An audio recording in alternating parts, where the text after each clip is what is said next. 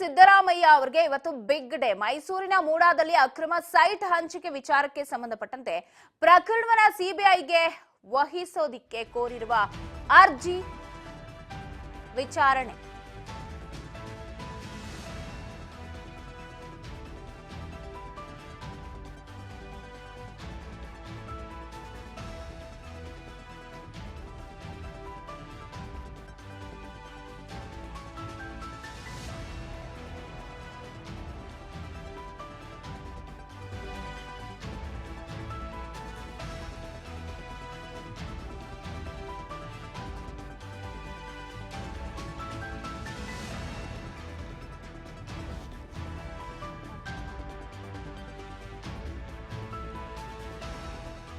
ಮೂಡಾ ಪ್ರಕರಣ ಸಿಬಿಐ ವಹಿಸುತ್ತಾ ಕೋರ್ಟ್ ಇಂದ ನಿರ್ಧಾರವಾಗುತ್ತೆ ಸಿದ್ದರಾಮಯ್ಯನವರ ಭವಿಷ್ಯ.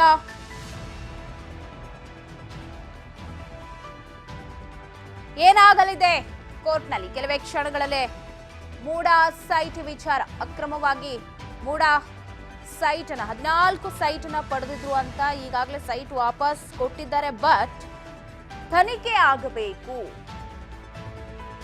ಮೂಡಾ ಸೈಟ್ ವಿಚಾರದಲ್ಲಿ ತನಿಖೆಗೆ ಆಗ್ರಹಿಸಿ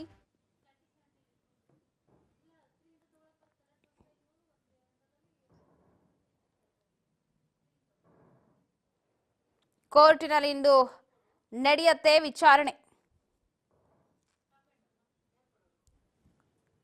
ಇಂದು ಹೈಕೋರ್ಟ್ ಏಕಸದಸ್ಯ ಪೀಠದಲ್ಲಿ ಅರ್ಜಿ ವಿಚಾರಣೆ ನಡೆಯಲಿದೆ.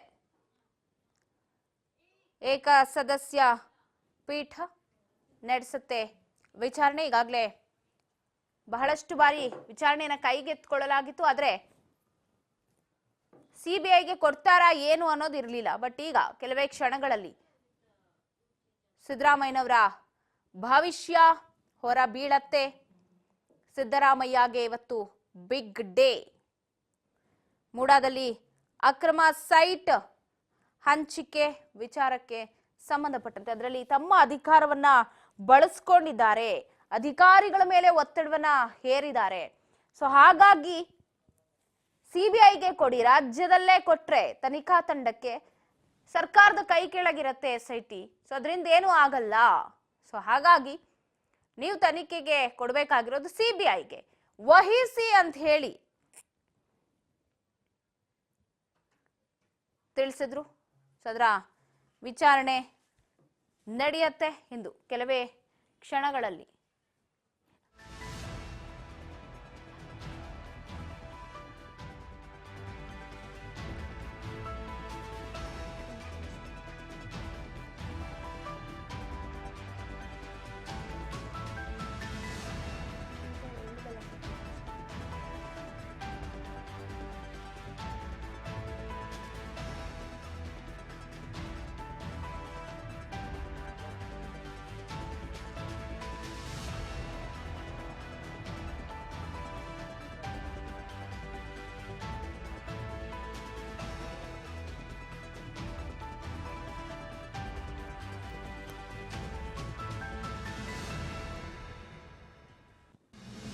ಹೈಕೋರ್ಟ್ ನಲ್ಲಿ ಅರ್ಜಿ ವಿಚಾರಣೆ ಆರಂಭವಾಗಿದೆ. ಸಿಎಂ ಸಿದ್ದರಾಮಯ್ಯ ಅವರ ಮೂಡಾ ಸೈಟ್ ಹಂಚಿಕೆ ವಿಚಾರದ ಸಿಬಿಐ ತನಿಖೆ ವಹಿಸುವಂತಹ ಅರ್ಜಿ ವಿಚಾರಣೆ ಈಗ ಆರಂಭವಾಗಿದೆ ಕೋರ್ಟ್ನಲ್ಲಿ. ಇಂದು ಹೈಕೋರ್ಟ್ ಏಕಸದಸ್ಯ ಪೀಠದಲ್ಲಿ ಅರ್ಜಿ ವಿಚಾರಣೆ.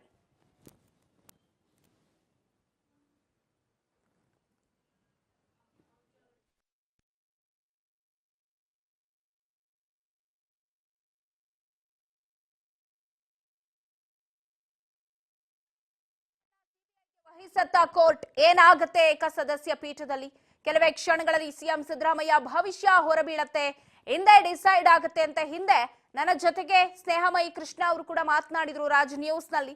ಸೊ ಮಾತನಾಡುವ ಸಂದರ್ಭದಲ್ಲಿ ಹೇಳ್ತಾ ಇದ್ರು, ನನಗೆ ಕಾನೂನಿನ ಮೇಲೆ ನಂಬಿಕೆ ಇದೆ, ಕಾನೂನಿನ ಚೌಕಟ್ಟಲ್ಲಿ ಹೋದಾಗ ನ್ಯಾಯ ಸಿಕ್ಕೇ ಸಿಗತ್ತೆ ಅಂತ ಹೇಳಿದ್ರು. ಹೈಕೋರ್ಟ್ ಏಕಸದಸ್ಯ ಪೀಠ ಇವತ್ತು ಅರ್ಜಿಯ ವಿಚಾರಣೆಯನ್ನ ನಡೆಸೋದಿಕ್ಕೆ ಆರಂಭ ಮಾಡಿದೆ. ವಿಚಾರಣೆ ವಾದ ಪ್ರತಿವಾದವನ್ನ ಆಲಿಸಿ ಏನಾಗತ್ತೆ ಅನ್ನೋದನ್ನ ನೋಡಬೇಕು. ಏಕಸದಸ್ಯ ಪೀಠ ಈಗಾಗಲೇ ಒಂದೆರಡು ಮೂರು ಬಾರಿ ವಿಚಾರಣೆಯನ್ನ ಕೂಡ ನಡೆಸಿತ್ತು. ಈಗ ಮತ್ತೊಮ್ಮೆ ವಿಚಾರಣೆನ ಕೈಗೂ ಎತ್ಕೊಂಡಿದೆ. ಸೊ ಇಂದಲ್ಲ ನಾಳೆ ನ್ಯಾಯ ಸಿಗತ್ತೆ ಅಂದ್ರೆ ಇವತ್ತಿಲ್ದಿದ್ರು ನಾಳೆಗೆ ಮುಂದೂಡಿಕೆ ಮಾಡಿದ್ರು ವಹಿಸ್ತಾರೆ ಅನ್ನೋ ನಂಬಿಕೆ ಅಚಲವಾಗಿ ಸ್ನೇಹಮಯಿ ಕೃಷ್ಣ ಅವ್ರಿಗಿದೆ. ಅವರೇ ದೂರುದಾರರು.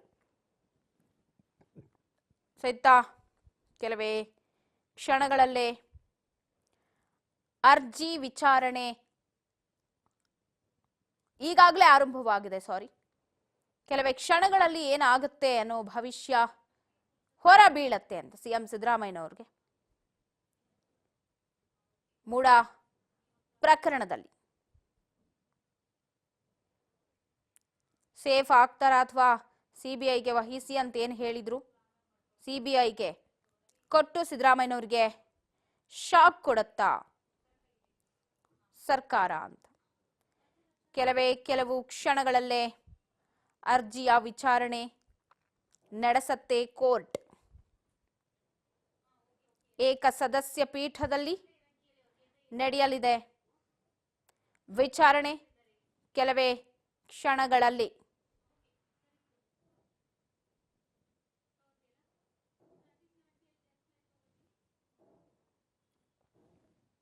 ಏನಾಗಬಹುದು?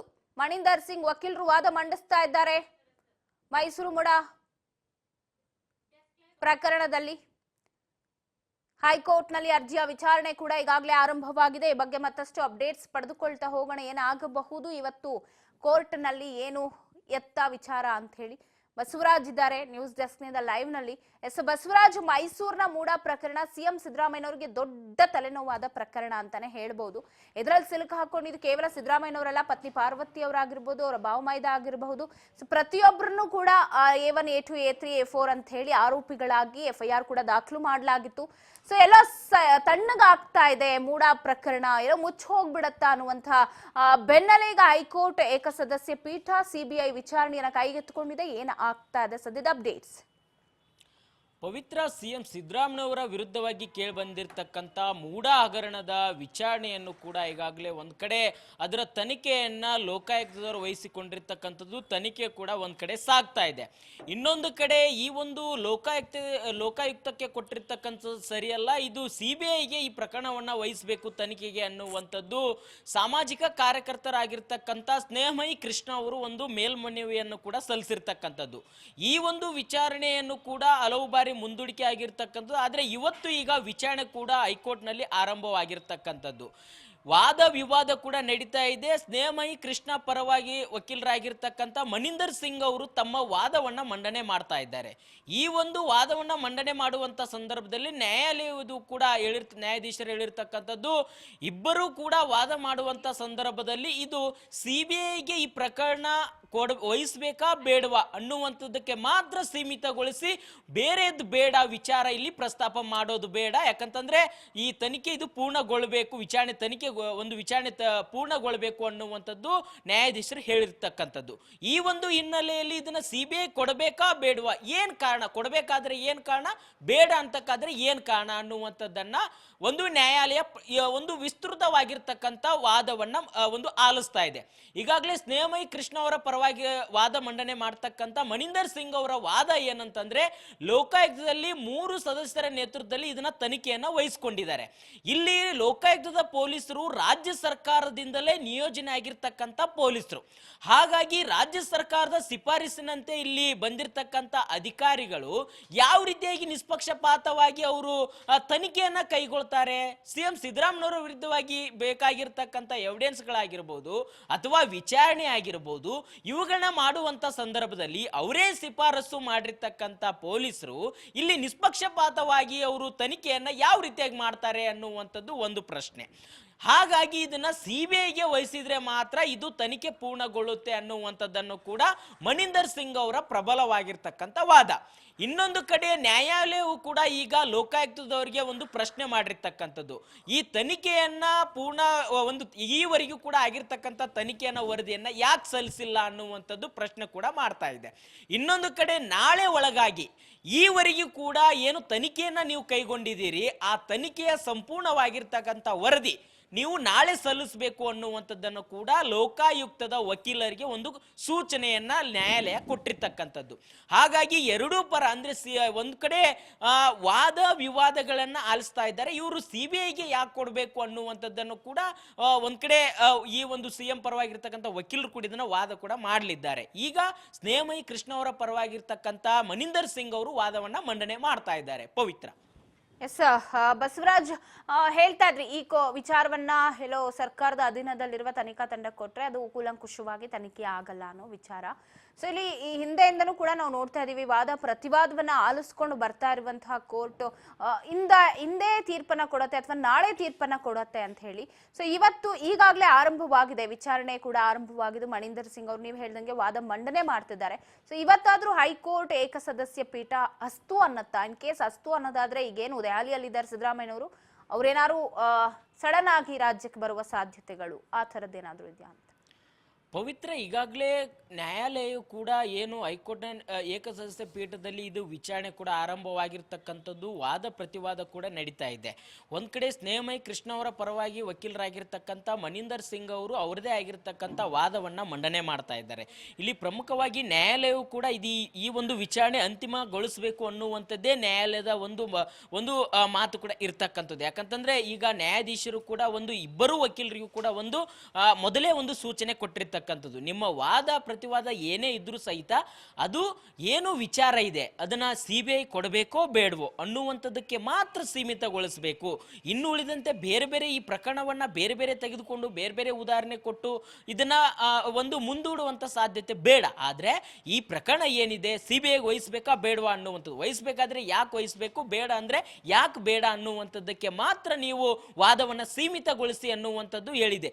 ಇದನ್ನ ನಾವು ನ್ಯಾಯಾಧೀಶರ ಮಾತನ್ನ ನಾವು ನೋಡ್ತಾ ಹೋದ್ರೆ ಎಲ್ಲೊಂದ್ ಕಡೆ ಇವತ್ತಿಗೆ ಇದನ್ನ ಅಂತಿಮವಾಗಿರ್ತಕ್ಕಂಥ ತೀರ್ಪು ಕೊಡ್ತಾರ ಅಥವಾ ಇಲ್ಲ ಒಂದ್ ವೇಳೆ ಇನ್ನೊಂದು ಕಡೆ ಒಂದು ವಕೀಲರು ಕೊಟ್ಟಿರ್ತಕ್ಕಂಥ ವಾದ ಇನ್ನೂ ಕೂಡ ಸಮಂಜಸವಾಗಿಲ್ಲ, ಇನ್ನೂ ಮತ್ತೊಂದು ದಿನಾಂಕದಂದು ಇದನ್ನ ವಿಚಾರಣೆ ನಡೆಸೋಣ ಅನ್ನುವಂಥದ್ದು ತೀರ್ಮಾನ ಕೈಗೊಳ್ಳುತ್ತಾ ಅನ್ನುವಂಥದ್ದು ಒಂದಿಷ್ಟು ಕುತೂಹಲ. ಯಾಕಂತಂದ್ರೆ ಆದ್ರೆ ಇವತ್ತು ನ್ಯಾಯಾಧೀಶರು ಹೇಳಿರ್ತಕ್ಕಂಥ ಒಂದು ಮಾತು ಸಹಜವಾಗಿ ಇದನ್ನ ಇವತ್ತೇ ಮುಗಿಸುವಂತ ಸಾಧ್ಯತೆ ಇದೆ. ವಿಚಾರಣೆ ತೀರ್ಪನ್ನ ಅಂದ್ರೆ CBI ವಹಿಸ್ಬೇಕಾ ಬೇಡವಾ ಅನ್ನುವಂಥದ್ದನ್ನ ತೀರ್ಪು ಕೊಡುತ್ತೆ ಅನ್ನುವಂತ ಒಂದಿಷ್ಟು ಕುತೂಹಲ ಕೂಡ ಮೂಡ್ತಾ ಇದೆ. ಯಾಕಂತಂದ್ರೆ ಮೊದಲಿಗೆ ಇಬ್ಬರು ವಕೀಲರಿಗೆ ಕೂಡ ಒಂದು ಸೂಚನೆ ಕೊಟ್ಟಿರ್ತಕ್ಕಂಥದ್ದು. ಹಾಗಾಗಿ ಸಮಂಜಸವಾಗಿರ್ತಕ್ಕಂಥ ವಾದವನ್ನ ನ್ಯಾಯಾಲಯಕ್ಕೆ ಇದು ಸರಿಯಾದ ಉತ್ತರ, ಈ ವಾದವನ್ನ ಆಲಿಸಿ ಎರಡೂ ಕಡೆ ವಕೀಲರ ವಾದ ಮುಗಿದ ಬಳಿಕ ನ್ಯಾಯಾಧೀಶರು ಅಂತಿಮವಾಗಿರ್ತಕ್ಕಂಥ ಒಂದು ತೀರ್ಪನ್ನ ಕೊಡುವಂತ ಸಾಧ್ಯತೆ ಇದೆ. ಪವಿತ್ರ. ಬಸವರಾಜ್, ಇನ್ನೊಂದು ಕಡೆ ಇದೇ ಮೂಡಾ ಸೈಟ್ ವಿಚಾರದಲ್ಲಿ ನಾ ಹಿಂದೆ ಅಷ್ಟೇ ಸ್ನೇಹಮಯಿ ಕೃಷ್ಣ ಅವ್ರ ಜೊತೆಗೆ ನಾನು ಮಾತನಾಡ್ತಾ ಇದ್ದೆ. ಸೊ ಅವ್ರು ಹೇಳ್ತಾ ಇದ್ರು ನನಗಂತೂ ನಂಬಿಕೆ ಇದೆ ಹಿಂದೆ ಹೊರ ಬೀಳಬಹುದು ಅಂತ ಹೇಳಿ ಅಂತ. ಜೊತೆಗೆ ಇದೇ ಅರ್ಜಿ ವಿಚಾರಣೆ ಕೇವಲ ಸಿದ್ದರಾಮಯ್ಯನವರಿಗೆ ಮಾತ್ರ ಇದು ಸೀಮಿತ ಅಲ್ಲ, ಏನು GT ದೇವೇಗೌಡರು ವಿಚಾರ ಆಗಿರ್ಬೋದು, ಬೇರೆ ಬೇರೆ ರಾಜಕಾರಣಿಗಳು ಪ್ರಭಾವ ಬಳಸ್ತವ್ರು ಎಲ್ಲರನ್ನೂ ಕೂಡ ನಾನು ಉಲ್ಲೇಖ ಮಾಡಿದ್ದೀನಿ. ಇನ್ ಕೇಸ್ CBI ಅಸ್ತು ಅಂತಂದ್ರೆ ಕೇವಲ ಸಿದ್ದರಾಮಯ್ಯನವರು ಅವ್ರ ಫ್ಯಾಮಿಲಿ ಮಾತ್ರ ಅಲ್ಲ, ಮತ್ತಿತರ ಯಾರೆಲ್ಲ ರಾಜಕಾರಣಿಗಳಿದ್ದಾರೆ, ಯಾರ ಮುಖಂಡರುಗಳಿದ್ದಾರೆ ಅವ್ರಿಗೂ ಕೂಡ CBIಗೆ ಅಪ್ಲೈ ಆಗತ್ತೆ ಅನ್ನುವಂತಹ ಮಾತು. ಅಲ್ಲ, ಖಂಡಿತವಾಗ್ಲೂ ಪವಿತ್ರ, ಒಂದ್ ಕಡೆ ಈ ಮೂಡಾ ಹಗರಣದಲ್ಲಿ ಒಂದ್ ಕಡೆ ಎಲ್ಲ ಮೂರು ಪಕ್ಷದ ನಾಯಕರು ಕೂಡ ಅದರಲ್ಲಿದ್ದಾರೆ, ಅಲ್ಲಿಂದ ಸೈಟ್ ಅನ್ನ ತೆಗೆದುಕೊಂಡಿದ್ದಾರೆ ಅನ್ನುವಂಥದ್ದು ಸಾಕಷ್ಟು ಚರ್ಚೆಯಲ್ಲಿ ಇರ್ತಕ್ಕಂಥ ಮಾತು. ಹೀಗಾಗಿ ಒಂದ್ ಕಡೆ GT ದೇವೇಗೌಡರಾಗಿರ್ಬೋದು, ಇನ್ನು ಉಳಿದ ಹಲವರು ಕೂಡ ಅದರಲ್ಲಿ ಭಾಗಿಯಾಗಿದ್ದಾರೆ ಅನ್ನುವಂಥ ಮಾತು ಕೂಡ ಇದೆ. ಈ ಹಿನ್ನೆಲೆಯಲ್ಲಿ ಒಂದ್ ಕಡೆ CM ಸಿದ್ದರಾಮಯ್ಯನವರ ಈ ಪ್ರಕರಣವನ್ನ ನ್ಯಾಯಾಲಯ CBIಗೆ ಕೊಟ್ಟಂತೆ ಆದ್ರೆ ಇದು ಮುಂದೆ ಬರ್ತಕ್ಕಂಥ ಪ್ರಕರಣಗಳೇನಿದಾವೆ ಅದರಲ್ಲಿ ಯಾರ್ಯಾರೆಲ್ಲ ಪ್ರಕರಣಗಳಿದಾವೆ ಆ ಪ್ರಕರಣ ಎಲ್ಲವನ್ನು ಕೂಡ ಸಹಜವಾಗಿ CBIಗೆ ವಹಿಸಲಿಕ್ಕೆ ಆಗುತ್ತಾ ಅನ್ನುವಂಥದ್ದು. ಯಾಕಂತಂದ್ರೆ ಈ ತೀರ್ಪನ್ನೇ ಆಧಾರವಾಗಿಟ್ಟುಕೊಂಡು ಅವರ ಪ್ರಕರಣ ಕೂಡ CBIಗೆ ವಹಿಸಬೇಕು ಅನ್ನುವಂಥದ್ದು ಕೂಡ ನ್ಯಾಯಾಲಯದ ಮೊರೆ ಕೂಡ ಹೋಗ್ಬಹುದು. ಆ ಎಲ್ಲ ಲೆಕ್ಕಾಚಾರಗಳು ಕೂಡ ಇದಾವೆ. ಯಾಕಂತಂದ್ರೆ ಇವತ್ತು ಏನಾದ್ರೂ CBIಗೆ ವಹಿಸಬೇಕು ಈ ಪ್ರಕರಣ, ಇಲ್ಲಿ ಲೋಕಾಯುಕ್ತರು ನಿಷ್ಪಕ್ಷಪಾತವಾಗಿ ತನಿಖೆ ಮಾಡೋಕೆ ಆಗೋದಿಲ್ಲ, ಏನು ಮನಿಂದರ್ ಸಿಂಗ್ ಅವ್ರು ಏನು ವಾದ ಮಂಡನೆ ಮಾಡ್ತಾ ಇದ್ದಾರೆ ಅಂದ್ರೆ ರಾಜ್ಯ ಸರ್ಕಾರದಿಂದಲೇ ಲೋಕಾಯುಕ್ತಕ್ಕೆ ಪೊಲೀಸರು ನಿಯೋಜನೆ ಆಗಿರ್ತಾರೆ, ಹಾಗಾಗಿ ಇಲ್ಲಿ ನಿಷ್ಪಕ್ಷಪಾತವಾಗಿ ತನಿಖೆ ಆಗಲ್ಲ, ಆಗ ಈ ಹಿನ್ನೆಲೆಯಲ್ಲಿ CBI ಕೊಡಬೇಕು ಅನ್ನುವಂತ ವಾದವನ್ನ ಏನು ಮಂಡನೆ ಮಾಡ್ತಾ ಇದ್ದಾರೆ. ಇದೇ ಇನ್ನುಳಿದ ಬೇರೆ ಬೇರೆ ನಾಯಕರಿಗೂ ಕೂಡ ಅಪ್ಲೈ ಆಗುವಂತ ಸಾಧ್ಯತೆ ಇದೆ. ಹಾಗಾಗಿ ಇದನ್ನ ಒಂದ್ ಕಡೆ ಇವತ್ತೇನಾದ್ರೂ ಇದನ್ನ CM ಸಿದ್ದರಾಮಯ್ಯನವರ ಪ್ರಕರಣವನ್ನ CBI ವಹಿಸಿದ್ದೇ ಆದ್ರೆ ಇನ್ನು ಉಳಿದ ಬೇರೆ ಬೇರೆ ರಾಜಕಾರಣ ಬಂದಿರತಕ್ಕಂತ ಪ್ರಕರಣಗಳನ್ನು ಕೂಡ ಅದನ್ನ CBI ವಹಿಸುವಂತದ್ದು ಒಂದಿಷ್ಟು ವಾದ ಮಾಡುವಂತ ಎಲ್ಲಾ ಸಾಧ್ಯತೆ ಇದೆ. ಪವಿತ್ರ, ಥ್ಯಾಂಕ್ ಯು ಮಾಹಿತಿಗಾಗಿ ಬಸವರಾಜ್. ಈಗಾಗಲೇ ಮೂಡಾ ಸೈಟ್ ವಿಚಾರಕ್ಕೆ ಸಂಬಂಧಪಟ್ಟಂತೆ ನಡೀತಾ ಇದೆ ಪ್ರಕರಣದ ತೀರ್ಪು ಇವತ್ತೇ ಹೊರಬೀಳತ್ತೆ ಅನ್ನುವಂಥ ಅರ್ಜಿ ವಿಚಾರಣೆ ಈಗಾಗಲೇ ಆರಂಭವಾಗಿದೆ. ಮೂಡ ಪ್ರಕರಣದಲ್ಲಿ ಹೈಕೋರ್ಟ್ನಲ್ಲಿ ಅರ್ಜಿಯ ವಿಚಾರಣೆ ಈಗಾಗಲೇ ಆರಂಭವಾಗಿದೆ. ವಕೀಲ ಮಣೀಂದರ್ ಸಿಂಗ್ ತಮ್ಮ ವಾದ ಮಂಡಿಸುತ್ತಿದ್ದಾರೆ. ಮೂಡ ಪ್ರಕರಣದ ವಿಚಾರಣೆ ನಡೀತಿದೆ.